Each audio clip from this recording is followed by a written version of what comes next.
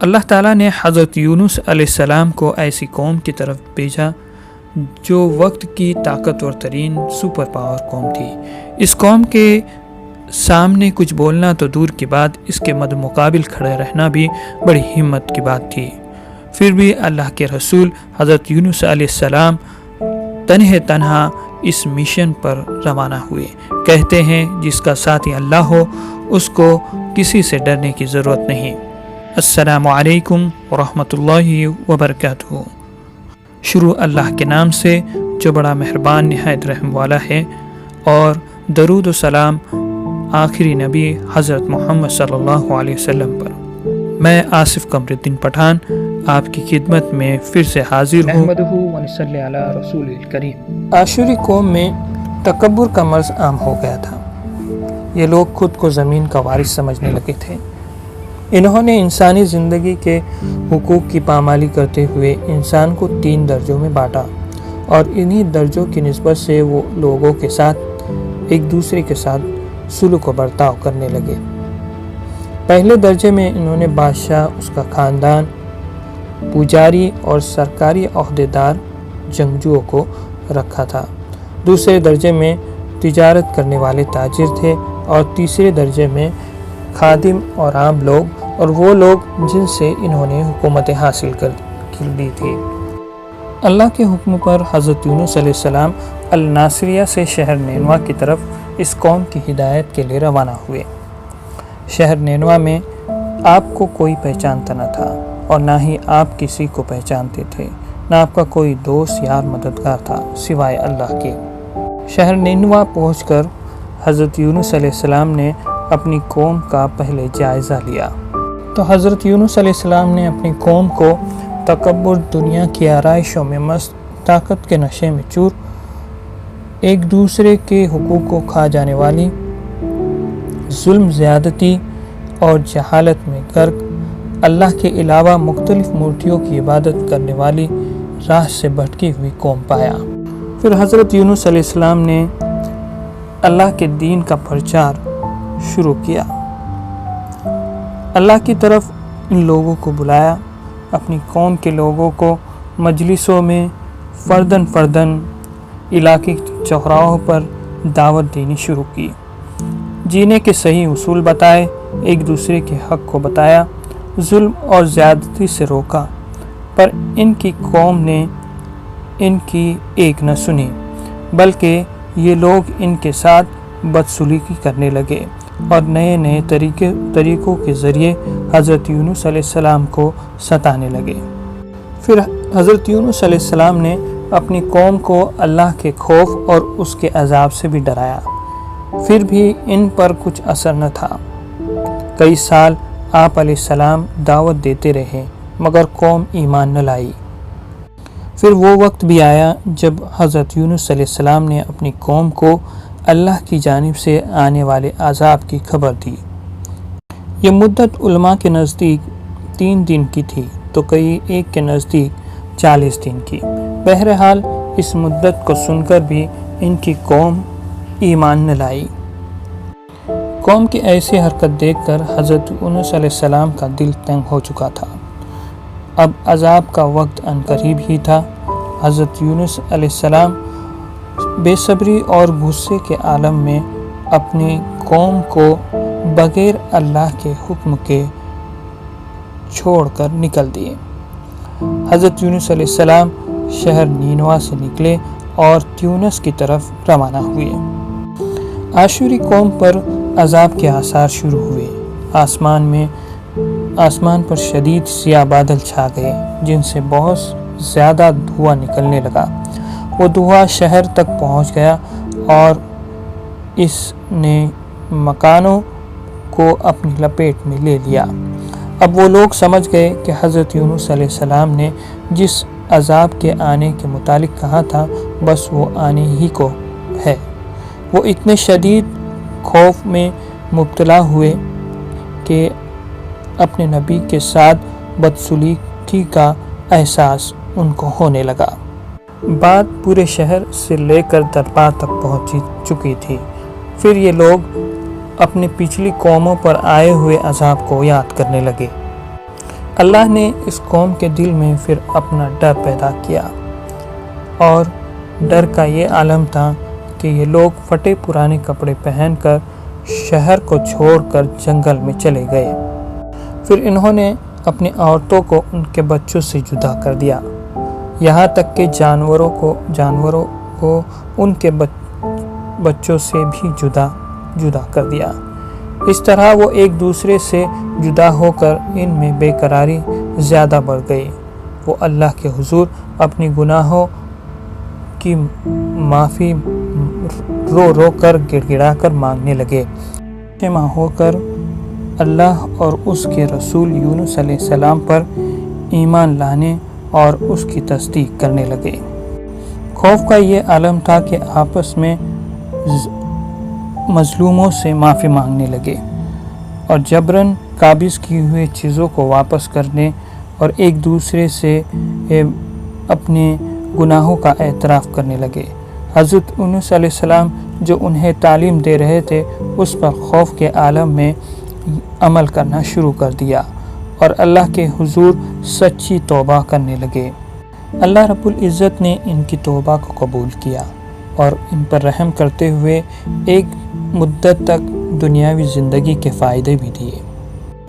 یہ وہ واحد قوم تھی جس پر عذاب کے ظاہر ہونے کے بعد اللہ تعالیٰ نے ان کی توبہ کو قبول کیا۔ اللہ تعالیٰ کے قانون میں سے ایک قانون یہ ہے کہ کوئی نبی اپنی قوم کو اس وقت تک چھوڑ کر نہیں جا سکتا جب تک اللہ کی جانب سے حکم نہ ملے، اور اللہ اس قوم کو عذاب اس وقت تک نہیں دیتا جب تک اتمام حجت مکمل نہ ہو جائے۔ اللہ کی جانب سے شہر کو چھوڑ جانے کا حکم نہیں آیا تھا، اس کے باوجود حضرت یونس علیہ السلام کا اپنی قوم کو ان کے حال پر چھوڑ جانا ان کی گرفت یعنی پکڑ کا سبب بنا۔ ادھر غصے کی حالت میں حضرت یونس علیہ السلام اسرائیل کے علاقے یافا میں کشتی پر سوار ہوئے۔ یافا یہ فلسطین کا علاقہ ہے جس پر اسرائیل کا قبضہ ہے۔ دریا پار کرنے کی غرض سے جس کشتی میں یونس علیہ السلام سوار ہوئے وہ کشتی بھور میں پھنس گئی۔ اس وقت کے دستور اور رواج کے مطابق یہ خیال کیا جاتا تھا کہ جب کوئی غلام اپنے مالک سے بھاگ کر جا رہا ہو تو وہ کشتی اس وقت تک کنارے پر نہیں پہنچتی جب تک اس غلام کو کشتی سے اتار نہ لے۔ اس لیے ان لوگوں نے چٹی پر سب کے نام لکھ کر کرا ڈالا، چٹی یا کچھ اور چیز پر، اصل چیز ہے کرا ڈالا۔ دونوں مرتبہ حضرت یونس علیہ السلام کا نام آیا۔ حضرت یونس علیہ السلام پر نبوت کے آثار تھے جس کی بنا پر لوگوں کو اطمینان نہیں ہو رہا تھا کہ یہ شخص ہے، اس لیے تیسری مرتبہ کرا ڈالا گیا۔ تیسری مرتبہ بھی حضرت یونس علیہ السلام کا نام آیا۔ اب حضرت یونس علیہ السلام سمجھ گئے یہ اللہ کی مرضی ہے اور خود نے کشتی سے باہر چھلانگ لگا دی۔ اللہ نے ایک بڑی مچھلی ویل کے دل میں یہ بات ڈال دی کہ وہ حضرت یونس علیہ السلام کو نگل لے اور اپنے پیٹ کو یونس علیہ السلام کے لیے بغیر لقمہ بنائے محفوظ رکھے۔ یہ اللہ کی جانب سے حضرت یونس علیہ السلام کے لیے امتحان کا وقت تھا۔ مچھلی کے پیٹ میں 3 اندھیرے تھے، ایک مچھلی کے پیٹ کا اندھیرا، دوسرا رات کا اندھیرا اور تیسرا دریا کی گہرائی کا اندھیرا۔ مچھلی کے پیٹ میں حضرت یونس علیہ السلام کی مدت کو ماہرین نے 40 دن، 7 دن، 3 دن اور کئی ایک کے نزدیک صبح سے شام تک کی مدت بتایا ہے۔ حضرت یونس علیہ السلام اکثر اللہ کے ذکر میں رہتے ہی تھے، پر اس حالت میں وہ اپنے نفس کا تزکیہ کرنے لگے۔ بے صبری اور غصے کی حالت میں اپنی قوم کو ان کے حال پر چھوڑ آنے پر اللہ کے حضور کثرت سے اللہ کی پاکی، توبہ اور استغفار کرنے لگے۔ جن کلمات کی بنا پر اللہ تعالیٰ نے حضرت یونس علیہ السلام کو معاف کیا اس کا ذکر قرآن میں ہے۔ لا الہ الا انت سبحانک انی کنت من الظالمین، اے اللہ کوئی عبادت کے لائق نہیں سوائے تیرے، تو پاک ہے، بے شک میں ظالموں میں سے ہوں۔ جب اللہ نے حضرت یونس علیہ السلام کی دعا کو قبول کیا تو مچھلی کو حکم ہوا کہ حضرت یونس علیہ السلام کو اگلے۔ اس طرح مچھلی نے حضرت یونس علیہ السلام کو دریا کے کنارے اگل دیا۔ ماہرین کے نزدیک 2 دریاؤں کا ذکر ملتا ہے، ایک دریائے دجلہ جو عراق میں ہے اور دوسرا دریائے یافا جو فلسطین یعنی کہ ابھی اسرائیل میں ہے۔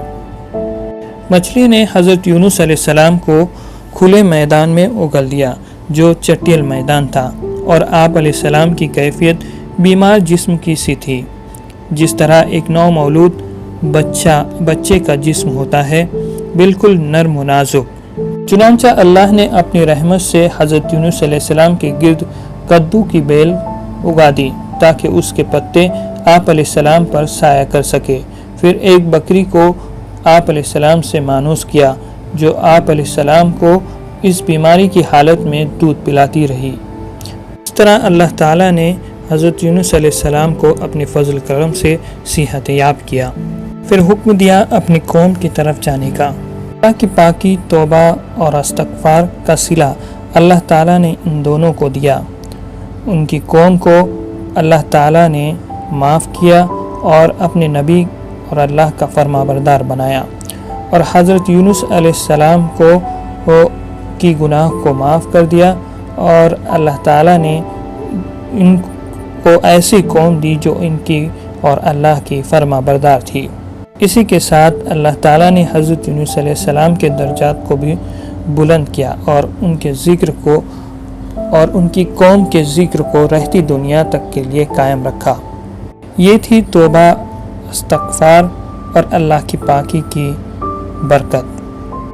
حضرت یونس علیہ السلام کی خطا پر کسی کو یہ حق نہیں بنتا کہ ان کو نشانہ کرے، اسی لیے اللہ کے رسول حضرت محمد صلی اللہ علیہ وسلم نے یونس علیہ السلام کے رتبے کو قائم رکھتے ہوئے فرمایا، کسی شخص کے لیے مناسب نہیں کہ مجھے یونس بن موتا علیہ السلام سے بہتر بتائے۔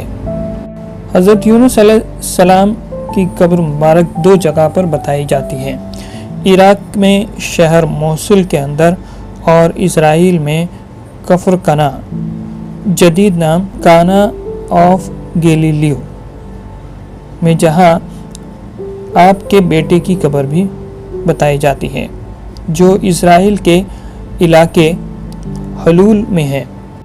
غصہ اور بے صبری انسان کا بڑا دشمن ہے، یہ ہماری سالوں کی محنت کو پل بھر میں کھا جاتا ہے، مگر اللہ کی رحمت کے دروازے اپنے بندوں کے لیے ہمیشہ کھلے رہتے ہیں۔ بندوں کی توبہ پر وہ نہ صرف ان کی غلطیوں اور خطاؤں کو معاف کرتا ہے بلکہ بڑی بڑی آفتوں اور مہاماریوں کو بھی دور کر دیتا ہے۔ اتنا ہی نہیں تو حلال رزق کے دروازے بھی کھول دیتا ہے، خیر برکت والی کامیاب زندگی نصیب کرتا ہے اور انسان کے اپنے بندے کے درجات کو بلند کرتا ہے۔ جب ایک نیک بندے کو اپنی غلطیوں کا احساس ہوتا ہے تو انسان کے دل پر بوجھ جیسا محسوس ہوتا ہے اور دل غمگین ہونے لگتا ہے۔ پھر جب بندہ اللہ کے حضور کھڑے ہو کر سچے دل سے توبہ اور استغفار کرتا ہے تو اللہ اس کی خطاؤں کو، غلطیوں کو معاف کرتا ہے اور اس سے غم کو دور کر دیتا ہے۔ اسی لیے اللہ تعالیٰ نے قرآن میں فرمایا، ہم نے یونس کی دعا قبول کر لی اور ان کو غم سے نجات بخشی۔ پھر اللہ تعالیٰ آگے بڑھ کر فرماتا ہے کہ ایمان والوں کو میں اسی طرح نجات دیا کرتا ہوں۔ حضرت یونس علیہ السلام کے واقعے میں اللہ تعالیٰ نے ہم انسانوں کے لیے دعا کا طریقہ، استغفار کا طریقہ بھی بتایا۔ اول اللہ تعالیٰ نے ایمان کو رکھا، یعنی کہ کلمہ لا الہ الا انت، جیسا کہ حضرت یونس علیہ السلام نے پڑھا، یعنی اول ہم اللہ کو ایک مانیں، یعنی اس کے حق کو قبول کرے، پھر اس کی پاکی کو بیان کرے، جیسا کہ حضرت یونس علیہ السلام نے فرمایا بے شک تو پاک ہے، اور پھر اپنی خطاؤں کا اقرار کرے، خطاؤں کو قبول کرے، جیسا کہ حضرت یونس علیہ السلام نے فرمایا بے شک میں ظالموں میں سے ہوں۔ حضرت یونس علیہ السلام کی زندگی ہم انسانوں کے لیے اللہ کی جانب سے بہت بڑا احسان ہے۔ اس لیے اللہ کے رسول حضرت محمد صلی اللہ علیہ وسلم نے ہمیں تعلیم دی کہ بہترین خطا کار وہ ہے جو توبہ اور استغفار کرے۔ دوستو، قرآن کو اس کی معنی کے ساتھ سمجھ کر پڑھیے۔ یہ اللہ تعالیٰ کی جانب سے ہم انسانوں کے لیے ہدایت اور رہنمائی بھی ہے۔ میں آصف قمر الدین پٹھان آپ سے اجازت طلب کرتا ہوں۔ اپنا اور اپنوں کا خیال رکھیے۔ وآخر دعوانا ان الحمدللہ رب العالمین۔ السلام علیکم ورحمۃ اللہ وبرکاتہ۔